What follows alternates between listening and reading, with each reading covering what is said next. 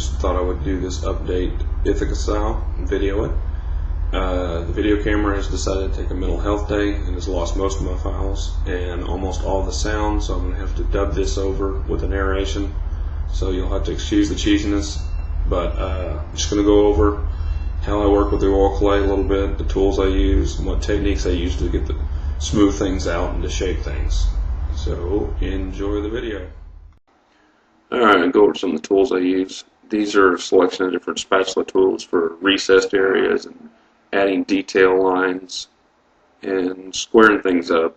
Some of the wooden handle, almost like a pin scrapers for adding section lines to the helms and parts. Some hoop cutters for carving out areas that are recessed. X-Acto knife with a blade, great for pretty much everything. Large rigid bladed putty knife for smoothing out flat areas and really moving the clay around after you get it shaped. Paring knife for trimming up stuff and cutting up chunks of clay to work with. And of course a little brake blade utility knife also helps to have laying around. The next part there is the feathering tool I use. It's a really thin sheet of stainless is all it is. You can get that. It comes with a potteries kit for making pottery. It's just sharp as heck, man, and be careful with it. Real flexible. It's good for smoothing out areas before and after you're finished with the clay. You can come in and touch up areas you might actually ding or dent things with it. The last tool I have is the wire cutter, cable cutter. This is the only tool you need to use to cut blocks of clay. You do not want to try to use a knife to cut a big, large chunk of clay. Wrap that around it, cut it, you're done. Alright, something else. You want to have a bowl, pot, cup, bucket, anything with some really warm water in it. Probably as warm as you could stand to put your hand in. Because what you want to do is you want to soften this clay up to where you can use it. Because in block form, it's almost impossible to get it smooth and get it to stick to anything. The softer it is, the easier life's going to be trying to work with it. Okay, got a little demonstration for you here. I got my wig form. You can pick it up at any beauty supply. Yes, you will feel like an idiot asking for a wig form, but unless you're bald like me, they're not going to ask because they don't want to know. Anyway, you want to cover it with a thin layer of clay. Just going to build it up to the size of your head, and then you need to add more clay to add room for padding, electronics, whatever else you want to have in there. Then you start building your helmet over the top of that. But I'm just going to use this to explain how I smooth out the clay and get the finish that I want for the molding.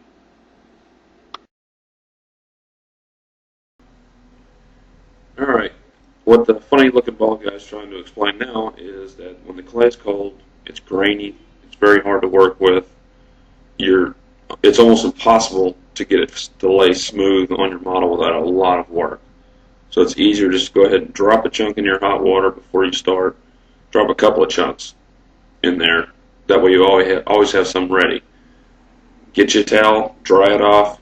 You don't have to get all the water off of it. It's oil clay. It's not going to hurt it none. Once you do that and get it out of your water, it's going to have the consistency of bubble gum. It's really soft, really easy to work with, really easy to smooth out.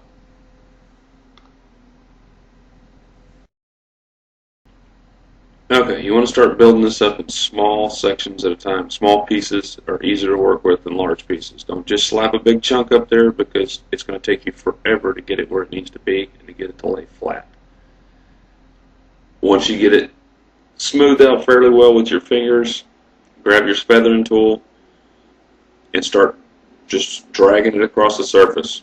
If you push kind of hard, you're going to move clay around. If you push light, it's just going to flatten it out. So if you got some low areas you want to fill in, you want to pull from the high areas. It's just like doing a drywall, mud, or concrete work or anything. You're dragging the highs into the lows and trying to level the whole thing out. You can work it different directions to try to move this where it needs to be moved, and you can always come back and add pieces in to build up areas. I know this sounds like a badly dubbed monster movie, but just bear with me.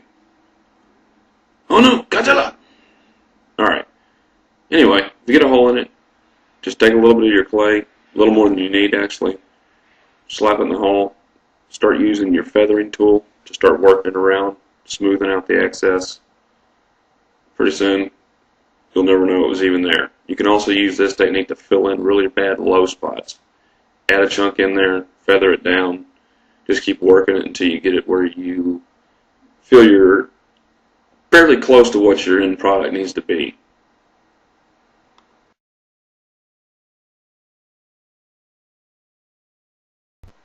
Again with the ball guy. You can see I got it smooth. Added a real thin layer of primer to it. You want to make sure your primer is extremely dry. Do not try to do it when it's sticky. It will not work. Let the clay cool off really well before you start, because that'll harden it up and make it easier to get it perfectly smooth. Just take your feathering tool, and once you have the paint on there, lightly bring it across the surface, and it slides on it like it's oiled. And you can just start working any ridges or any little crease lines out. The more you work it, the glossier it's going to look, the smoother it's going to look, and the easier it'll be to see any imperfections in the surface. Just keep working it around, try not to damage any of your detail, try not to drag it across any of your seams if you've added seams into it already. If you find the area where you've got a damage or an air pocket or somewhere where you just missed a low spot, it's a little too much to try to feather in, get a scraper tool and scrape the primer off, because clay will not stick to the paint. Scrape the primer off, get a small piece of clay, fill it in, same as before, but this time you want to add just what you need because you cannot overlap the paint with it. Then you just take your feathering tool and slowly feather it down, blending it in with the surrounding area. If you get too crazy with it, you're going to end up with a small blister around it. Just take the scraper and scrape it back off again and just keep smoothing it until you get it right.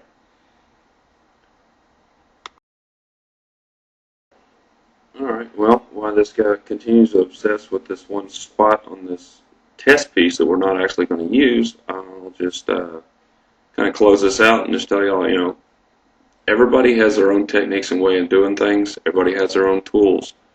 It's not a matter of how expensive it is. It's a matter of if it works or not for you. It doesn't matter what you're using. But just kind of research it for yourself. Trial and error is the best way to learn something. Take this stuff, work with it. If you mess it up, you peel it off, you start over. You can always warm it back up and start on a new piece. It's just time. It's not money. Once you buy the initial purchase of the clay, you can use the stuff as much as you want as long as you keep it clean. But anyway, thank y'all for watching, and I apologize for the bad quality here, but I hope everybody learns a little bit from this, and hopefully I'll get some good comments from it and learn something myself. You all have a good one.